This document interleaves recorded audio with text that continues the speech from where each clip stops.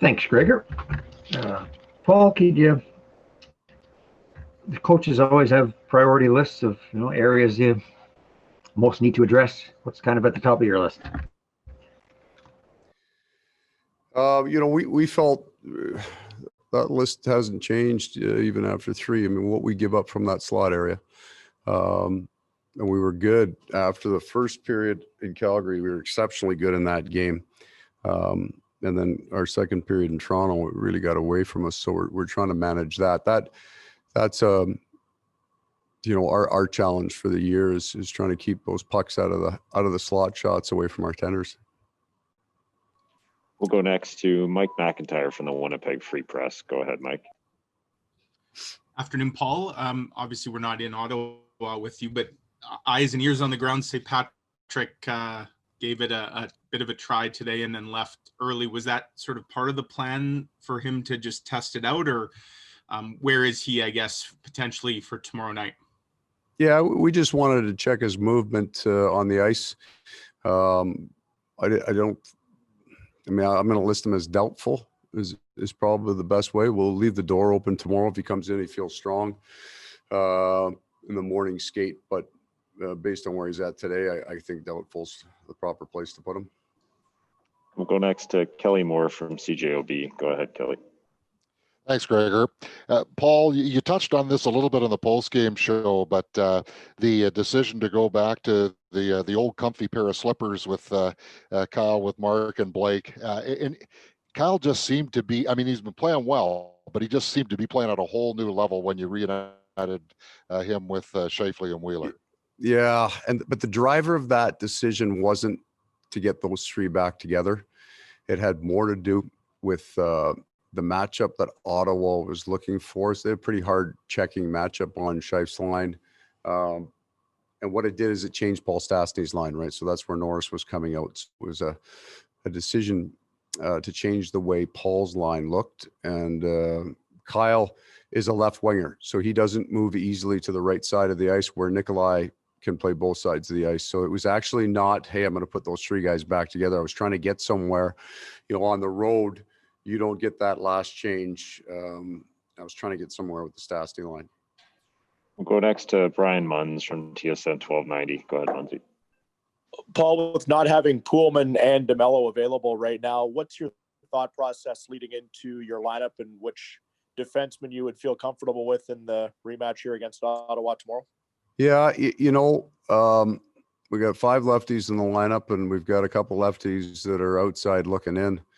And it's not a matter of wanting to see them play. Billy's got about 10 games under his belt. So we're going to make some adjustments when we feel there's a reason to make those adjustments. I'm giving guys a little bit of room in their play because we have a couple of guys playing their offside. And it's a tough position to play if it's not natural for you. I think Nathan Boyer has done a really good job going over to the right. And we know we can play there. So probably would maybe move faster on guys, get other guys in the lineup if we weren't constrained by the fact that we've got all lefties, basically. I will go next back to Mike McIntyre. Go ahead, Mike. Thanks again, Gregor. Just to sort of sneak 2 in here, Paul, and on that point you just made, it's obviously 3 games. You'd never want to draw any kind of conclusions about a team so early in the season, but would you say extra caution is required because we haven't seen this Jets lineup maybe as you would have had it on paper? Dylan DeMello hasn't played yet. Tucker just the 1 game. In that sense, is it very much a work in progress here? And then just a second part, I guess, we know Andrew Kopp is a very versatile player. We saw it last year. I think by my count, he's already had 6 different line mates in 3 games here, moving up and down. Is that just a role that he's really grown into, and might we see more of that from him? Yeah, I think with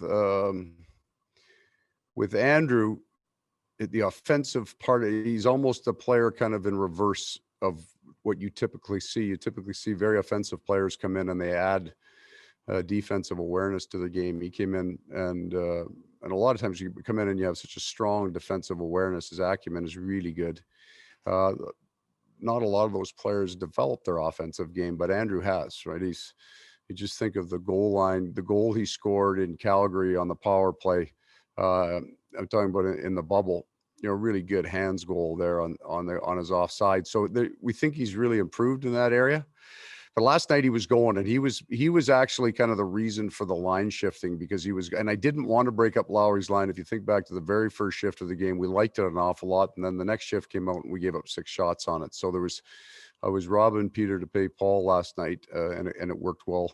I thought we got to be a pretty tight team after the adjustment.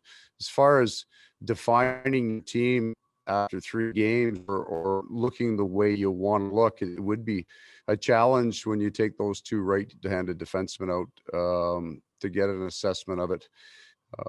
But we're going to be real careful about getting too high or too low.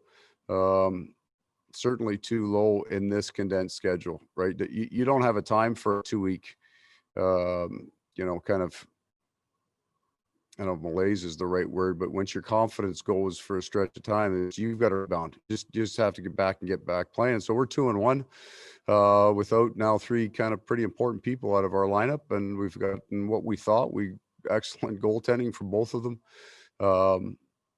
So I don't know if comfortable would be the right word, but understand where we're at. Sometimes you got to survive a little bit, and we're doing that right now. I'll go back to Paul Friesen from the Sun. Go ahead, Paul.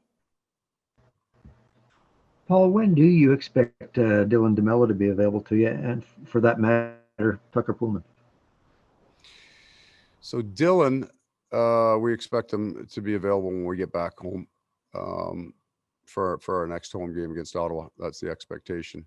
I can't really tell you more about Tucker Poolman because he's in the protocol. So he'll be back when he's healthy and checked out. And I can't really give you updates on all the things that players are doing in that protocol. Sorry. And we'll go next to Kelly Moore from CJOB. Go ahead, Kelly. Yeah, Paul, so staying on the theme of your defense, with what you saw in training camp, have the way that Neil Pionk and Derek Forbert performed, is that kind of, okay, yeah, that's just exactly what they do? Or have you been pleasantly surprised with how glue-like those guys have been in keeping the defense together? So you never know. I mean, Derek, you never know about a combination, a pair, how they're going to fit. So we're very, very pleased with how that's gone together.